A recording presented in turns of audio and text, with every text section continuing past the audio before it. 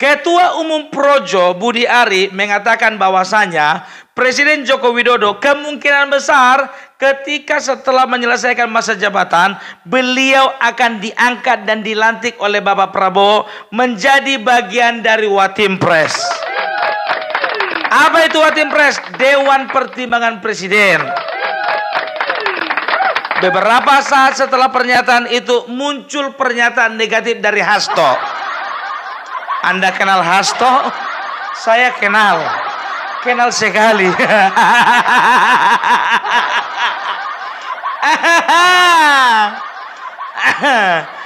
Dan Hasto mengatakan bahwasanya Joko Widodo tidak layak menjadi anggota Watimpres karena orang yang cocok dan kriteria yang cocok untuk menjadi anggota Watimpres hanyalah orang yang memikirkan kemajuan bangsa ini, bukan kemajuan keluarganya.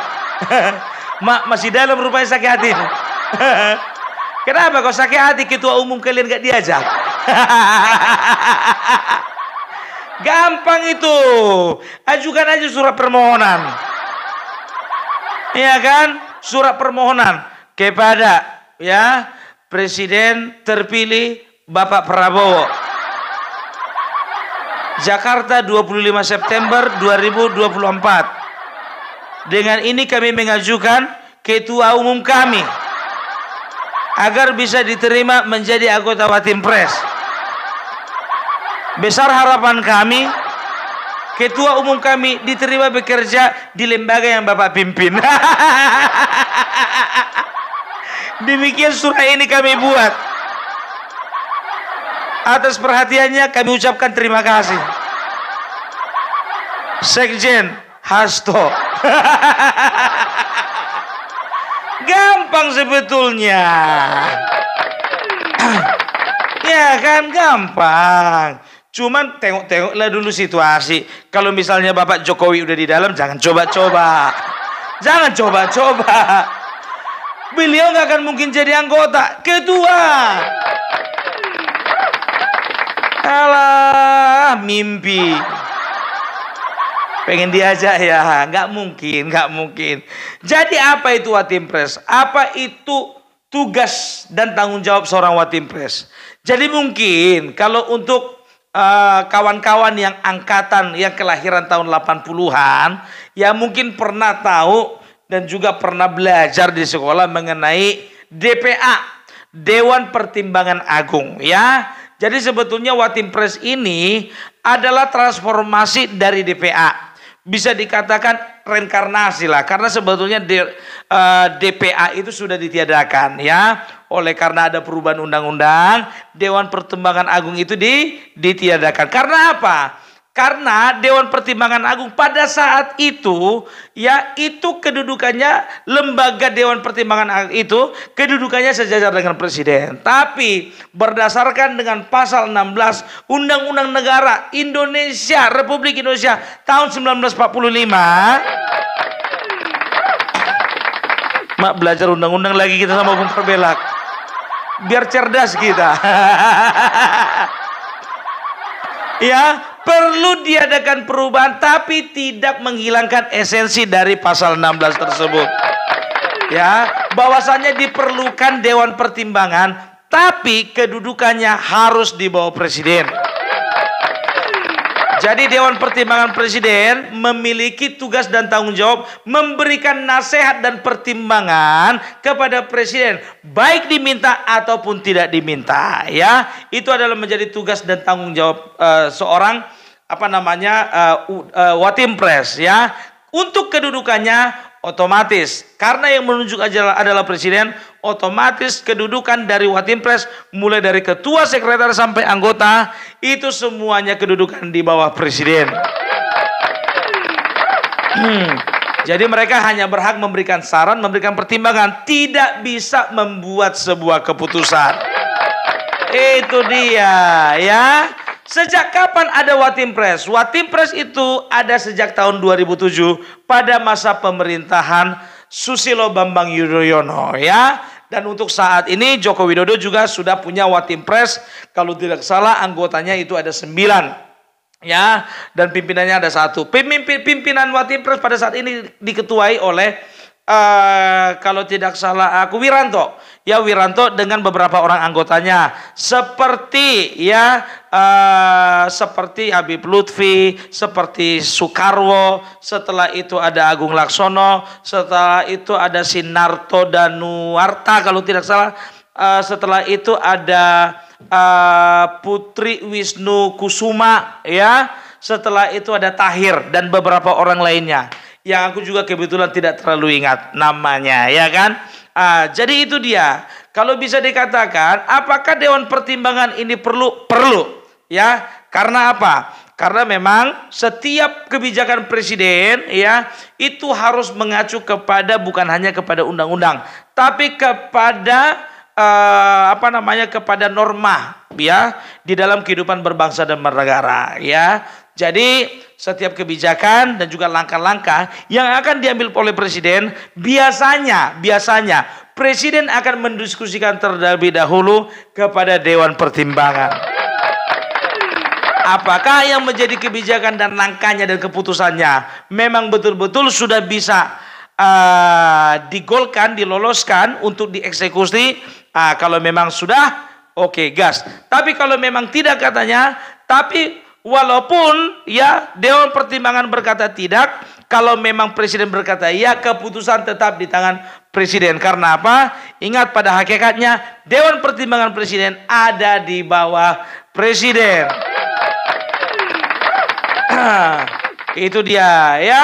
Jadi begini, ya. Ini bisa dikatakan adalah orang-orang yang memang betul-betul punya kemampuan dan punya kredibilitas di bidang masing-masing. Ya, seperti Wiranto, ya, dia di bidang militer dan juga pertahanan keamanan, ya. Juga ada Tahir itu di bidang perekonomian, ya. Setelah itu ada Soekarwo. Kalian tahu Soekarwo itu adalah mantan gubernur Jawa Timur, ya. Kalau bicara tentang pemerintahan mungkin Soekarwo, dan juga politik dan berbagai unsur lainnya, ya. Jadi begitu, ya. Jadi jangan sampai salah-salah. Jadi kalau misalnya Hasto Kristianto berkata bahwasanya Bapak Joko Widodo tidak layak, dasarnya apa? Kalau mau ditanya masalah layak tidak layak, lebih layak Joko Widodo daripada Megawati. Hah? Kenapa bilang? Ya kan, sudah terbukti 2 kali menjadi Presiden Republik Indonesia. Jadi kalau itu kukatakan kemarin itu, ya, ingat, aku Opung Parbelak pernah mengatakan, ya, jauh hari pernah mengatakan bahwasanya setelah Bapak Presiden Joko Widodo ini lengser, katakanlah bukan lengser, habis masa jabatan, ingat ini, ya, Bapak Prabowo tidak akan melepaskan seorang Joko Widodo begitu saja, ya. Karena apa? Karena beliau masih butuh seorang Joko Widodo untuk memberikan nasihat juga pertimbangan-pertimbangan. Jangankan pertimbangan politik, ekonomi, sosial dan segala macamnya, pertimbangan untuk menang pun juga sanggup. Menang capres sanggup, kan? Itu dia. Makanya aku bilang kalau Bapak Joko Widodo ini adalah the master of consultant. Iya. Ya, kalau bisa dikatakan 5 orang konsultan itu 1 orang Joko Widodo. Gitu. Jadi kalau bisa dikatakan, makanya aku sangat setuju sekali. Seperti aku sudah lupa, ya. Aku tidak mengada-ada, tapi Opung Parbelak sudah pernah mendengarkan satu penggalan kata dari orang, ya, yang bisa dikatakan salah satu pemimpin di dunia ini, yang mengatakan, ya, pengamat politik di suatu negara, ya, kalau tidak salah waktu itu entah Australia entah juga pokoknya negara barat lah. Mereka mengatakan bahwasanya Joko Widodo ini masih diperlukan oleh Indonesia ini paling tidak selama 25 tahun. Ya, kalian bisa cek and recheck, ya. Aku bertanggung jawab atas apa yang ku sampaikan, ya. Bukan ini ini kan bukan hoax, ya. Karena ini tidak ada melanggar undang-undang. Karena ini kan berbicara tentang analisa dia, asumsi dia, bahwasanya Joko Widodo ini kalau ada aturan yang mengatur bahwasanya Joko Widodo ini bisa menjadi presiden selama 25 tahun, kemungkinan besar Indonesia masih butuh Joko Widodo selama 25 tahun. Masalahnya karena Undang-Undang Republik Indonesia tidak memperbolehkan Indonesia dipimpin berturut-turut lebih daripada 2 periode oleh 1 orang presiden. Itu dia. Jadi caranya bagaimana? Ya caranya ya walaupun ya ingat ini, walaupun Watimpres itu di luar struktur atau bisa dikatakan lembaga non struktural ya, keputusan pertimbangan dan nasihatnya itu diperlukan oleh seorang presiden ya. Memang betul kalau Watimpres itu ya itu di luar struktur, di luar dari kabinet, di luar dari struktur kepresidenan. Tapi bagaimanapun juga setiap kata-kata nasihat dan juga masukan-masukan itu boleh menjadi pertimbangan bagi seorang presiden ya. Makanya kita bisa lihat bagaimana Indonesia ini dipimpin oleh Bapak Joko Widodo, dan itu bukan hasil dari satu otak, tapi itu juga hasil dari beberapa pertimbangan dari beberapa anggota Watimpres. Makanya kita harus bangga bahwasanya ya seorang presiden tidak bekerja sendiri, tapi dia punya teman diskusi. Itu yang diperlukan seorang Joko Widodo, dan kemudian nanti itu juga yang diperlukan oleh seorang Prabowo Subianto. Ya, itu ya bisa dikatakan ya orang yang dianggap dituakan dan juga orang yang dianggap ya punya sumbangsi lah terhadap negara ini gitu ya. Jadi kalau Hasto Kristianto ya mengucapkan statement-statement miring seperti itu wajar. Karena apa? Kepingin. Intinya itu aja, kepingin, nggak ada yang lain ya. Kita bisa lihat bagaimana ya Banteng dan juga pasukannya berusaha untuk menghancurkan reputasi dari Joko Widodo dan keluarganya. Tapi kelihatan kan nggak gampang. Apa? Pesawat jet pribadi? Nggak bisa kan? Fufu Fafa? Nggak bisa juga kan? Apa masalah timnas? Terus apa? Pelengseran Gibran? Jadi udah kelihatan sebetulnya langkah-langkah orang ini ya adalah langkah-langkah yang bisa dikatakan permainan-permainan yang aku anggap ini permainan kotor lah. Apa sih salahnya ketika kita berkompetisi? Ya, ketika kita berkompetisi, kalau kalah kita ngaku kalah, kalau menang kita jangan jumawa, dan kita harus berpikiran bahwasanya aku menang bukan karena perbuatanku sendiri. Coba perhatikan ya. Apa yang dilakukan Bapak Prabowo itu juga fotokopi dari yang dilakukan Bapak Joko Widodo. Perhatikanlah pola kemenangan dari Joko Widodo itu fotokopi ya, itu di copy paste dengan model kemenangannya Bapak Prabowo. Perhatikan kalian lah, yang pertama ya, beliau itu selalu mengedepankan isu-isu rakyat. Yang kedua, dalam menghadapi serangan berusaha untuk tetap santun. Itu dia. Yang ketiga, tidak pernah melakukan serangan balik. Nggak pernah. Perhatikan aja Joko Widodo 2014-2019 ya melakukan 3 hal itu tadi. Itu juga yang dilakukan oleh Bapak Prabowo. Tapi itu nggak disadari oleh 01 dan 03 gitu loh. Nah, coba perhatikan juga ya. Justru pola yang dipakai Bapak Prabowo 2014-2019 itu pula yang dipakai oleh 03. Marah-marah, fitnah-fitnah, tuding menuding, mengklaim menang padahal suara paling kecil. Iya kan? Perhatikan polanya sama gitu loh. Makanya kalau orang sudah pernah jatuh di lubang itu, jangan kalian jatuh lagi di lubang yang pernah membuat orang itu jatuh. Itu namanya bodoh. Udah tahu orang-orang pakai cara itu kalah, kenapa kalian pakai? Siapa sih tim kreatifnya? Aduh, udahlah. Apalagi di media sosial. Kalau ku perhatikan ini ya, kalian itu cuma perang gagasan, ya. Setelah itu kalian itu perang argumentasi, setelah itu kalian perang narasi. Tapi ingat coba, ya kan, di media sosial, ya, siapa yang berkuasa? Prabowo Gibran. Nggak kalian tengok itu di media sosial biru semua. Termasuk Opung Parbela yang bikin biru. Media sosial Opung Parbela bikin biru. Gitu, makanya belajar dulu kalian sama Opung Parbela, Mbah. Jadi besok-besok kalian misalnya contohnya mau mencalonkan diri jadi capres, ya belajar dulu panggil Opung Parbela. Aduh. Itu makanya aku bilang ya, bagaimanapun juga pada intinya ya, Bapak Joko Widodo masih dibutuhkan bangsa ini. Dan kalian pembenci Bapak Joko Widodo, jujur aja, negara nggak butuh kalian. Bangsa ini nggak butuh kalian. Kecuali kalian bertobat dan berobat. Ya, itu aja sih kalau bilang ya. Tapi ya itulah ya. Apa sih yang bisa dilakukan seorang pembenci? Nggak ada kan? Ya kan? Pembenci itu begitu, ya kan? Nggak dapatan nangis.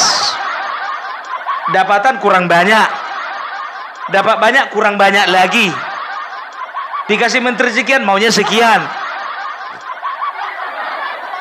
Dan ini juga kurasa ya, aku curiga ya, ini yang diwanti-wanti oleh tim Banteng ya. Karena apa? Ketika Bapak Joko Widodo masuk menjadi anggota Dewan Pertimbangan Presiden, apalagi sempat menjadi ketua, kurasa nggak ada lagi kesempatan Banteng masuk ke dalam. Nggak ada lagi kesempatan Megawati dan kawan-kawan menikmati indahnya kekuasaan. Karena apa? Udah dikop, udah dikunci. Udah nggak bisa lagi atau mereka memberi pengaruh kepada presiden, ya kan? Kenapa? Udah ada Dewan Pertimbangan. Nggak mungkin Prabowo lebih memilih lebih memilih diskusi sama Megawati daripada Bapak Jokowi. Nggak mungkin. Dasarnya apa? Makanya ya kan, sekarang ini kan kelihatan ya, banyak orang-orang ya yang membuat hoax, membuat berita seolah-olah Joko Widodo itu dengan Bapak Prabowo hubungannya sedang retak, kan begitu tuh. Retak dari mana? Ginjalmu itu retak. Jadi mereka sengaja membuat narasi ya, bukan membuat sih, lebih tepatnya menciptakan sebuah narasi ngawur, narasi liar, narasi yang mengada-ada ya. Berusaha mereka itu yang pertama membenturkan Joko Widodo dengan Bapak Prabowo. Ndak orang bodoh orang itu. Joko Widodo tahu siapa yang membantunya jadi presiden. Dan Prabowo juga tahu siapa yang membantunya jadi presiden. Jadi orang ini dua, walaupun punya masa lalu kelam, katakanlah dulu masa lalu itu kan berbicara kompetisi. Ya memang agak gelap waktu 2018, 2019 agak redup-redup, ya kan gitu. Tapi sekarang ingat ya, sudah hukumnya. Ketika musuh menjadi kawan, ingat ya, ketika lawan menjadi kawan, ya itu kadangkala kawan itu bahkan lebih cinta kepada kita daripada dia mencintai orang-orangnya dulu.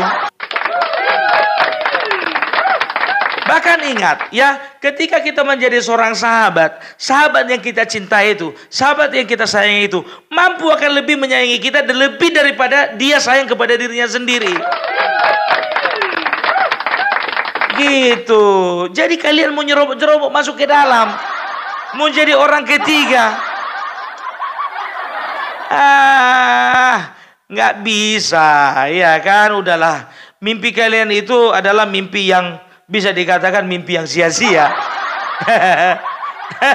Tahu mimpi yang sia-sia, ya kan? Udah tahu kita misalnya mimpi kita A gitu, ya kan? Yang kita tembak B, togel lah dulu, nomor togel gitu. Tahu kita misalnya, oh iya aku mimpi orang mati, tapi yang kita tembak ular.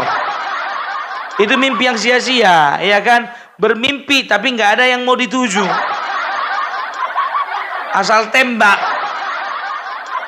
Kalian berharap menjadi penguasa di Indonesia ini selamanya? Oh, tidak bisa. Ya kan, ingat. Ya mungkin bagi semesta, aku nggak katakan bagi Tuhan ya. Mungkin bagi semesta, udah inilah hari terakhir kalian. Ya iyalah, enak kali sama kalian semua.